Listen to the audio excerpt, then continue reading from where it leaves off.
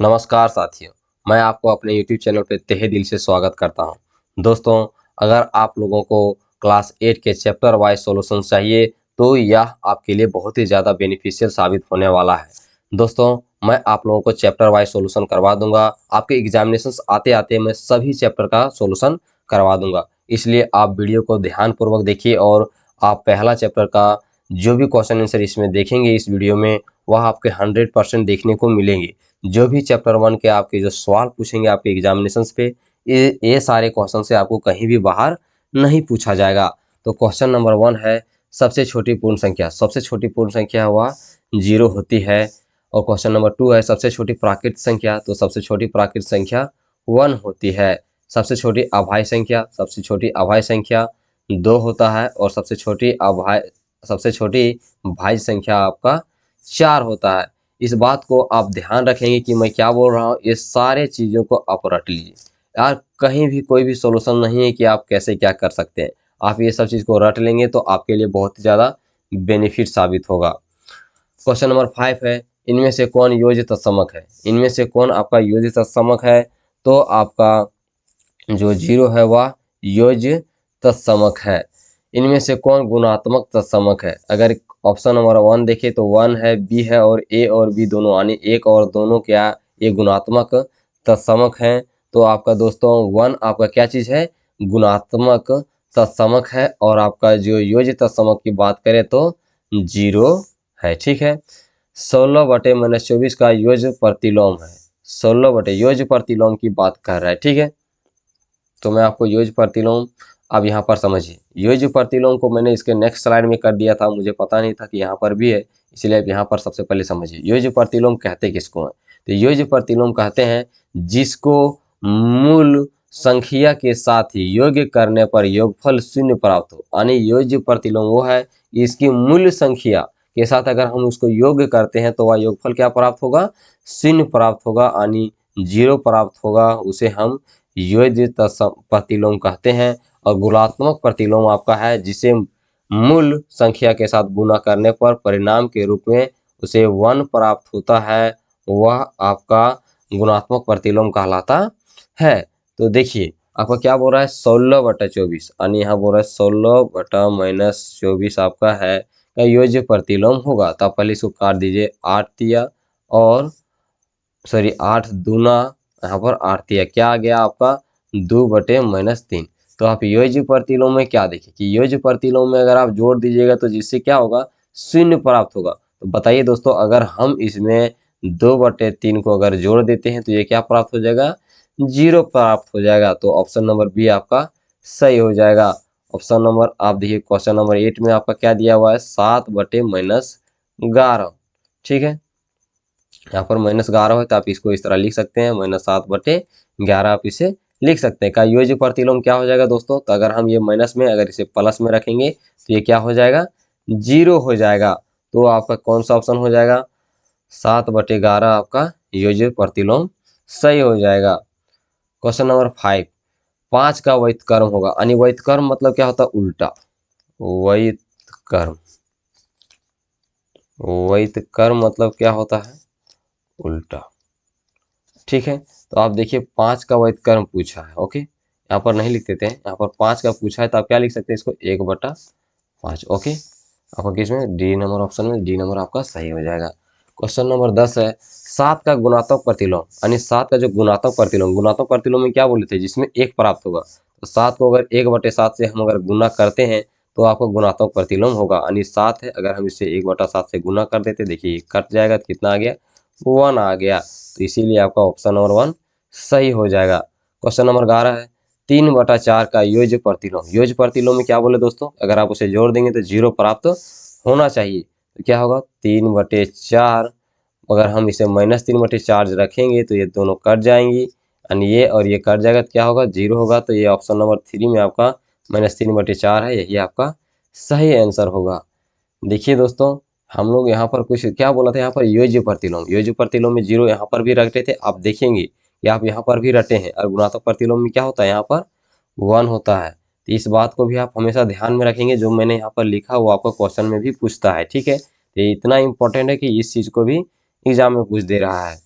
Question number 12, 3/8 का योज्य प्रतिलोम। योज्य प्रतिलोम में क्या होता है, 0 होता है। 3/8 है, अगर हम 3/8 में -3/8 कर देंगे तो यह क्या होगा, 0 हो जाएगा। तो ऑप्शन नंबर 3 आपका सही हो जाएगा। क्वेश्चन नंबर 13, 9/-7 का योज्य प्रतिलोम। अब देखिए 9/-7 लिखा है, तो अब इसे 9/7 लिख सकते हैं। और योज्य प्रतिलोम बोल रहा है तो ये माइनस में, तो इसको प्लस में। सिर्फ देखिए जहां योज्य प्रतिलोम की बात करेंगे, अगर माइनस में दिया तो उसको बस उसका आंसर क्या होगा, प्लस में होगा, एज इट इज। तो ऑप्शन नंबर 1 आपका सही हो जाएगा। और 14 नंबर क्वेश्चन, -5/9 का योज्य प्रतिलोम है। अब देखिए -5/9, अब इसका योज्य प्रतिलोम निकालेंगे तो क्या हो जाएगा, अब यहाँ पर 5/9 रखेंगे तो यह क्या हो जाएगी, 0 हो जाएगी। तो आप यहाँ पर माइनस में था तो इस बार प्लस वाला आपका क्या हो जाएगा, सही आंसर हो जाएगा। क्वेश्चन नंबर 15, 5/6 का योज्य प्रतिलोम। अब योज्य प्रतिलोम अभी मैंने बताया था 0 होना चाहिए। अब देखिए 5/6 आपका प्लस में दिया हुआ है, तो आपका माइनस में 5/6 होना चाहिए, तो आपका सही हो जाएगा। किसमें, देखिए दोस्तों यहाँ पर मिस टाइपिंग मैंने ही किया है, लेकिन ये मिस टाइपिंग हो गया था, यहाँ पर 6 होगा, ठीक है। क्वेश्चन नंबर 16, 1/3 का योज्य प्रतिलोम। अब 1/3 है प्लस में, तो इसका माइनस में 1/3 हो जाएगा, तो वही आपका इसका क्या होगा, योज्य प्रतिलोम होगा। -9 का योज्य प्रतिलोम, -9 है ना, तो इसका योज्य प्रतिलोम क्या हो जाएगा, प्लस में 9। अगर -9 है, अगर +9 रख देंगे तो ये क्या हो जाएगा, 0 हो जाएगा, ठीक है। 18, -11 का योज्य प्रतिलोम। -11 है, अगर इसे हम +11 से जोड़ देते हैं तो क्या हो जाएगा, 0 हो जाएगा। इसीलिए आपका +11 सही हो जाएगा। माइनस में है तो प्लस में रहेगा तो माइनस में। क्वेश्चन नंबर 19, 5/9 प्लस यहाँ पर इसको -8/9 रखा हुआ का मान पूछ रहा है, ठीक है। तो अब इसको जब एलसीएम लेंगे तो कितना आएगा, 9 आएगा। तो यहाँ पर 5 - 8 हो जाएगा, प्लस माइनस माइनस हो जाएगा। जब घटाओगे तो कितना बचेगा, -3/9 है क्या, नहीं है तो देखिए यहाँ पर एक बटे काटेंगे तो कितना आएगा, 3, मतलब -1/3 आपका किस में है, ऑप्शन नंबर 1 में है, तो ऑप्शन नंबर 1 आपका सही हो जाएगा। क्वेश्चन नंबर 20 देखिए, 3/-5 गुना -5/3 का मान क्या होगा। देखिए माइनस माइनस, पहले माइनस माइनस काट दीजिए। अब 5 से 5 कट जाएगा 1 1, और 3 से 3 कट जाएगा, कितना आ गया दोस्तों, 1 आ जाएगा आपका राइट आंसर। क्वेश्चन नंबर 21, 7/12 - 17/24 का मान होगा। तो आप यहाँ पर इसको बना दीजिए, 7/12 - 17/24। अब इसका एलसीएम लेंगे तो कितना होगा दोस्तों, 24। अब 12 को 24 से भागा देंगे, 2 आएगा, 2 7 14 - 17 कितना आ जाएगा, -3/24। भागा लगा देगी कितना होगा, -1/8। किसमें, ऑप्शन नंबर बी में। तो ऑप्शन नंबर बी आपका सही हो जाएगा। 22 नंबर क्वेश्चन देखिए क्या हो रहा है, -1 गुना -7/8। अब माइनस माइनस क्या हो जाएगा, यहाँ पर प्लस हो जाएगा, माइनस माइनस प्लस 7/8 किसमें है, ऑप्शन नंबर बी में। तो ऑप्शन नंबर बी आपका सही हो जाएगा। क्वेश्चन नंबर 23, -8/7 -8/7 बराबर 21/12 बराबर -21/22 दे दिया। अब इसको क्या किया, खाली जगह पर हम क्या भर सकते हैं। अब देखिए आपका शॉर्टकट में अगर देखेंगे तो -21/12 यहाँ पर भी है, -21/12 यहाँ पर भी दिख रहा है। इसको बराबर करने के लिए आपको कितना से गुना करना चाहिए, -8/7 से। ओके, तो किस में है, तो ए नंबर ऑप्शन आपका सही हो जाएगा। क्वेश्चन नंबर 23, गुणनफल 1 प्राप्त करने के लिए 7/23 को किससे गुना करना चाहिए। अगर आप इससे बराबर 1 प्राप्त करना चाहते हैं तो अगर आप ऊपर में 23 रखेंगे, नीचे 7 रखेंगे, देखिएगा ये आपस में क्या हो जाएंगी, डिवाइड हो जाएंगी। तो आपको 1 प्राप्त करने के लिए क्या से करना होगा गुना, 23/7 से गुना करना होगा। क्वेश्चन नंबर 24, ऐसी परिमेय संख्या जो समय का व्युत्क्रम हो। ऐसी परिमेय संख्या जिसका समय से व्युत्क्रम हो, समय का। तो देखिए आपका 1 नहीं होगा, ये तो हो नहीं सकता है। और आपका -1 भी नहीं होगा समय का व्युत्क्रम, और 2 भी आपका नहीं होगा, ये भी नहीं होगा, ये भी नहीं होगा। तो आपका ऑप्शन नंबर डी आपका सही हो जाएगा। दो परिमेय संख्याओं के बीच कितनी परिमेय संख्या होगी, दो परिमेय संख्या के बीच कितनी, देखिए आप अनंत, अपरिमित, अनंत खींच सकते हैं। दो परिमेय संख्याओं के बीच में आप अनंत परिमेय संख्या खींच सकते हैं, कोई भी दिक्कत इसमें नहीं है। ठीक है दोस्तों, अब परिमेय संख्या मैंने अभी बनाने के लिए नहीं सिखाया हूँ। बनाने के लिए जब मैं सिखाता तो शायद मैं आपको अच्छे से क्लियर करवा देता। ठीक है, चलिए नेक्स्ट क्वेश्चन पे। अब क्वेश्चन 24 है, -8/7 गुना 21/12 बराबर, ये तो मैंने पढ़ा दिया ना आप लोग को। इधर देखिए 24 तक मैंने बता दिया है ना। यानी इधर कुछ क्वेश्चन आप लोगों के लिए रखा गया था स्पेशल तरीका से, मतलब मैंने टाइप किया हुआ था, लेकिन मैंने अब उस टाइप को क्या किया हुआ है कि मैं उतना ज़्यादा टाइप नहीं कर पा रहा था। ठीक है, इसी वजह से मैंने क्या किया है इसको। देखिए दोस्तों, मैं इसलिए रुका हुआ था क्योंकि मैं क्वेश्चंस को चेक कर रहा था कि मैंने सही बताया कि गलत बताया। तो देखिए 23 नंबर में क्या दिया है, 24 है ना। ऐसी परिमेय संख्या जो समय का वैध कर्म हो, तो इसका ऑप्शन नंबर 1 क्या हो जाएगा, सही हो जाएगा दोस्तों। यानी -1 ही इसका क्या है, समय का वैध कर्म हो जाएगा। ठीक है, मुझे इसके लिए थोड़ा मैं सॉरी फील कर रहा हूँ, गलती फील कर रहा हूँ कि इसके क्या करें, क्या -1 इसको रखेंगे। ठीक है, चलिए देखिए मैंने 24 बता दिया। अब देखो यहाँ पर आपका ट्विस्ट है। और कितना नंबर क्वेश्चन, 25 नंबर क्वेश्चन। ये बहुत ही इंपॉर्टेंट क्वेश्चन है, ये ध्यान में रखेंगे आप। क्या लिखा हुआ है कि 11/24 भागा में आपका खाली जगह बराबर -11/15। मतलब आप क्या देख रहे थे, पहले इस सब क्वेश्चन में क्या हो रहा था कि देख रहे थे यहाँ पर कि -21/12 था, -21/12 यहाँ पर भी था, तो जो घट रहा था -8/7, तो उसको हम लोगों ने यहाँ पर किया, लेकिन सही हो गया। अब क्या देख रहे हैं कि अलग अलग मान दिया है, अब दिया है तो यहाँ पर क्या करेंगे हम लोग, x ले लेंगे। तो क्या हो जाएगा, अब 11/24 अगर भागा लगा देते हैं, मान के चलो x/1 हो जाएगा, तो क्या हो जाएगा x/1 यहाँ पर -11/15 हो जाएगा। तो कितना हो जाएगा 21/24। अब चौथा पद ऊपर जाएगा, 1/x बराबर -11/15। तो आप क्रॉस मल्टीपल करेंगे तो क्या हो जाएगा दोस्तों, तो -11 गुना 24 गुना x हो जाएगा। यानी ये वाला इसके साथ होगा और ये इसके साथ होगा, बराबर 11/11 गुना 15 हो जाएगा। तो x बराबर कितना होगा, 11 गुना 15 बटे -11 गुना 24। 11 से 11 कट जाएगा, 11 से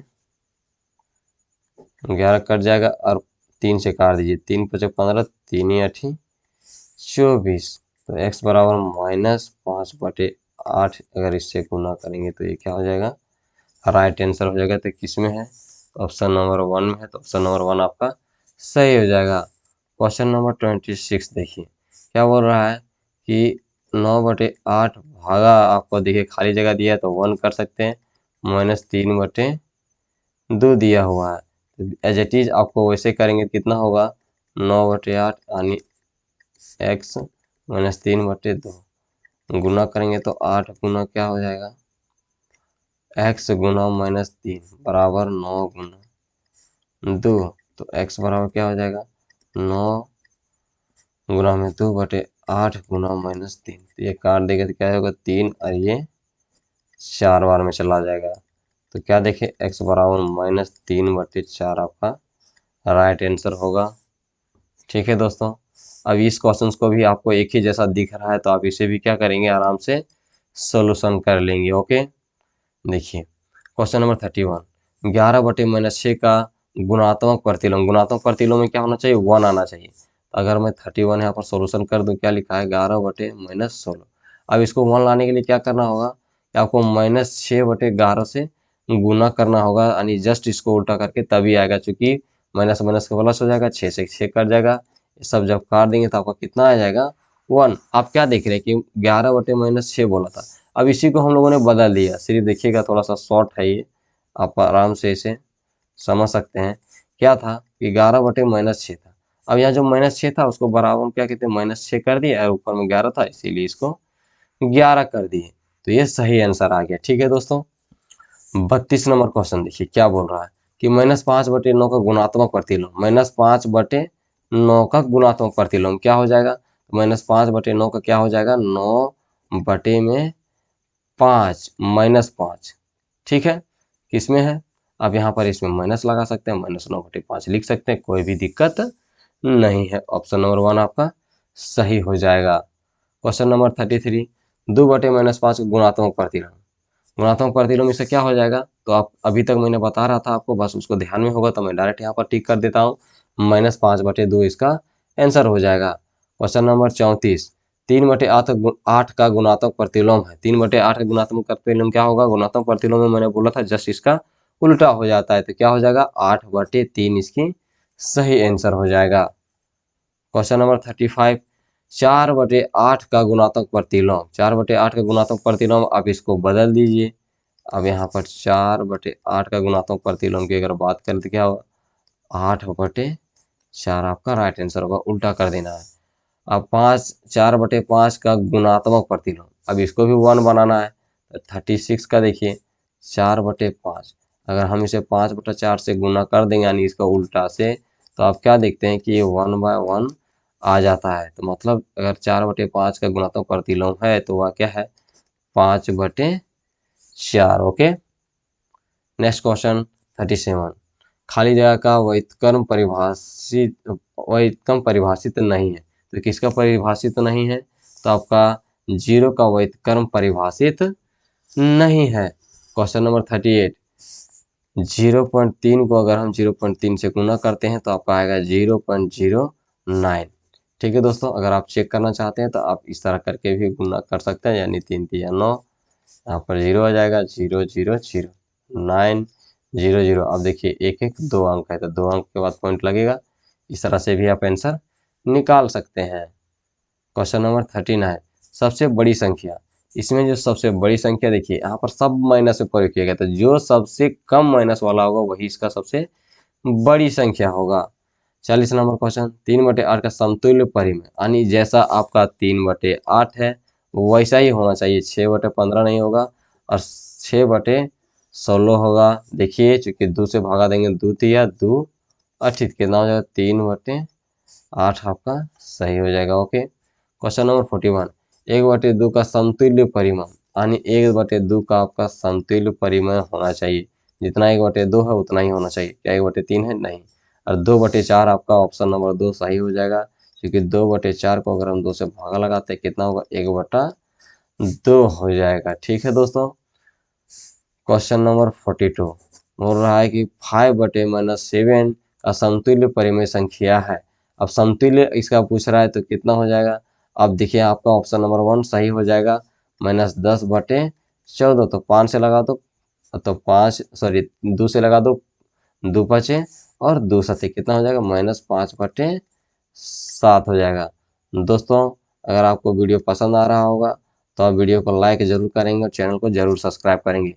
और एक खास बात, आप अपने मित्रों में जरूर इसे शेयर करेंगे ताकि उन्हें भी पता चले कि इसका डिजिटल पढ़ाया जा रहा है और उनको भी ये सब चीज़ का फायदा मिले। ओके, क्वेश्चन नंबर 43, -15/21 का समतुल्य परिमेय, यानी जितना है उतना ही आपको इसको लिखना है। तो 43 में देखिए -15/21 लिखा हुआ, इसको डिवाइड कीजिए, 3 5 15, 3 7।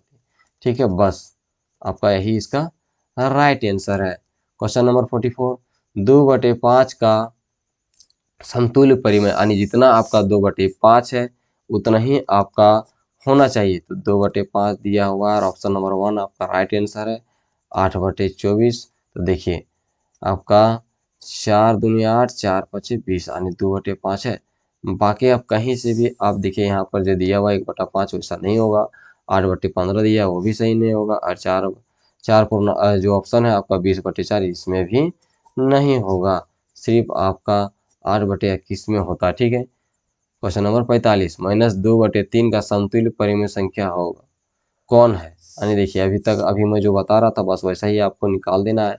-6/9 आपका समतुल्य परिमेय संख्या। ओके, अब देखिए क्वेश्चन नंबर 46, -1/3 और 1/2 के बीच का परिमेय संख्या कौन नहीं है, यानी आप इसमें देखेंगे तो ये माइनस वाला है, 0 भी है और 1/3 भी है, लेकिन -2/6 मतलब -1 देखिए अब यहाँ पर 4 नंबर ऑप्शन को गौर करें तो -2/6 दे दिया, भागा लगाएंगे तो 3 आएगा, -1/3 आ जाएगा। और यहाँ पर किसके पूछा है, बीच की संख्या पूछा है, जो कि ये बीच की संख्या नहीं है बल्कि साइड की संख्या है, इसीलिए आपका यहाँ पर -2/6 आंसर हो जाएगा। क्वेश्चन नंबर 47, 1/2 और 1/4 के मध्य एक परिमेय संख्या है।